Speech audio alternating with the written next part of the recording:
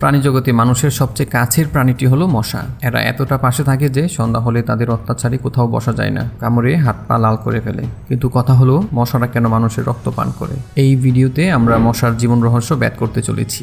তার আগে আপনি যদি নতুন হয়ে থাকেন, চ্যানেলটি সাবস্ক্রাইব করতে পারেন পরের ভিডিও দেখার জন্য।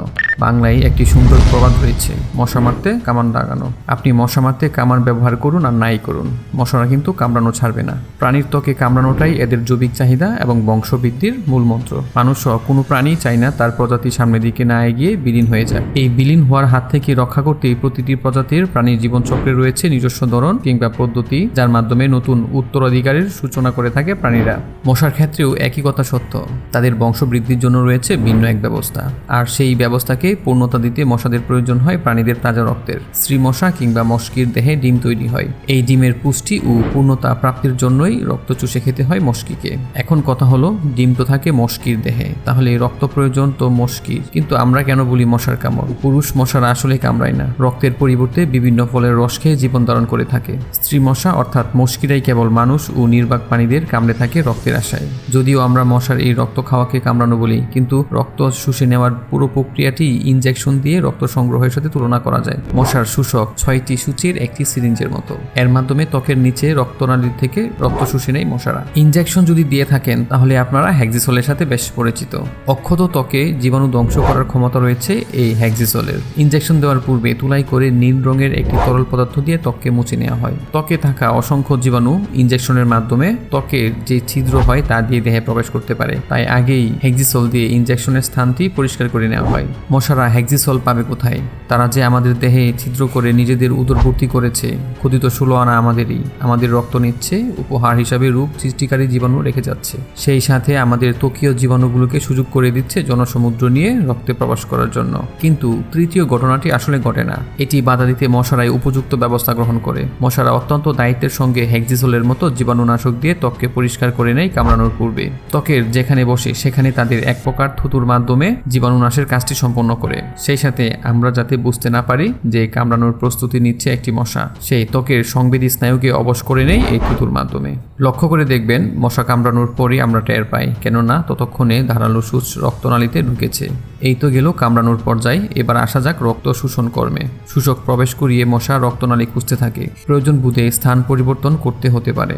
রক্তনালীর খোঁজ পেলেই মশার মস্তিষ্কে তথ্য চলে আসে যে রক্ত সন্ধান পাওয়া গেছে। রক্ত খাবার পূর্বে মশাকে আরও একটি প্রস্তুতিমূলক কাজ করতে হয়। আমাদের শরীরের কোথাও কেটে গেলে 2 থেকে 6 মিনিটের ভেতরে সেই অংশের রক্ত জমাট বাঁধে রক্তপাত বন্ধ হয়ে যায়। রক্তের মাঝে হেপারিন নামক একটি পদার্থের উপস্থিতির দরুন রক্ত তরল অবস্থায় শরীরে সঞ্চারিত হয়, জমাট বাঁধে না শরীরের ভিতরে। যখন কেটে যাওয়া ত্বকের নিচে উপস্থিত হেপারিন বাতাসের সংস্পর্শে এসে ভেঙে যায়, অনুচক্রিকা নামক কিছু ছিদ্র রক্তকণিকা এসে সেখানে রক্তকে জমাট বাঁধিয়ে ফেলে, ফলে রক্তপাত বন্ধ হয়ে যায়। হেপারিন জাতীয় পদার্থগুলোকে বিজ্ঞানীর ভাষায় বলা হয় অ্যান্টিকোয়াগুল্যান্ট, যা রক্ত জমাট বাঁধতে দেয় না। রক্তনালীর খোঁজ পেলে মশারাও এমন অ্যান্টিকোয়াগুল্যান্ট প্রয়োগ করে রক্তের মাঝে, ফলে শান্তিমতো মশারা তখন রক্ত শোষণ করে নিতে পারে। রক্ত খেতে পেটকে 3 গুণ ফুলিয়ে নিতে পারে একটি মশার রক্ত শোষণের কারণ জানা হলো এবার। সাধারণত ডিম পাড়া থেকে শুরু করে 2 সপ্তাহের মাঝে একটি মশা উঠতে ও বংশবৃদ্ধি করতে পারে। সবকিছু নির্ভর করে পরিবেশের অনুকূল পরিবেশ আর পুষ্টির উপস্থিতির উপর। পুরুষ মশারা পানি থেকে উঠে এসে একদিনের মতো অপেক্ষা করে, সেই সময় তাদের জননাঙ্গ কর্মক্ষম হয়ে ওঠে। তারপর স্ত্রী মশাদের পাখার শব্দ শুনে খুঁজে বের করে তাদের মশকিদের সাথে যৌন মিলনে মিলিত হয়। ডিমকে নিষিক্ত করতে শুক্রাণু স্থানান্তর করে স্ত্রী দেহে। প্রজননের শেষে মশাগুলো বড়জোর 3 থেকে 5 দিনের মতো বাঁচে, কেননা বাকি সব কাজ স্ত্রী মশারাই করে থাকে। স্ত্রী মশারা প্রায় 1 মাসের মতো বাঁচে। প্রজনন শেষে এবার নিষিক্ত ডিমের পূর্ণতা ও পুষ্টির জন্য প্রয়োজন হয় রক্ত।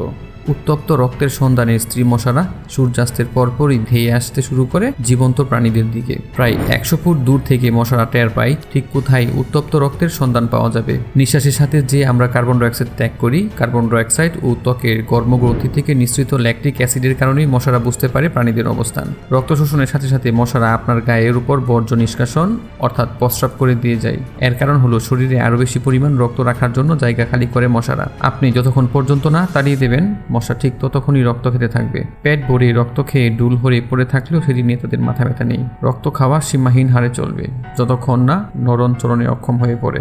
এত রক্ত খেতে গিয়ে এই প্রস্রাবের মাধ্যমে শরীরের অপ্রয়োজনীয় প্রাণী বের করে দেয় মশারা। কামান দাগান কিংবা না দাগান, প্রয়োজনীয় ব্যবস্থা গ্রহণের মাধ্যমে মশার কামড় থেকে নিজেকে বাঁচান। রক্ত শোষণ করে নেওয়া তেমন কোনো ক্ষতি নয়, তবে সেই সাথে বিভিন্ন জীবাণুকে দেহে প্রবেশ করিয়ে দিয়ে যাওয়া খুব খারাপ, এতে জীবনহানি পর্যন্ত হতে পারে। তাই মশার কামড় থেকে বাঁচুন। আমাদের জন্য সুখবর হলো মশারা খুব বেশি দিন বাঁচে না, না হয় আরও অত্যাচার করে যেত মরতে মরতে। এই ছিল আজকের video. Hope you guys enjoy this video. পরবর্তী ভিডিও দেখার আমন্ত্রণ রইল। টাটা।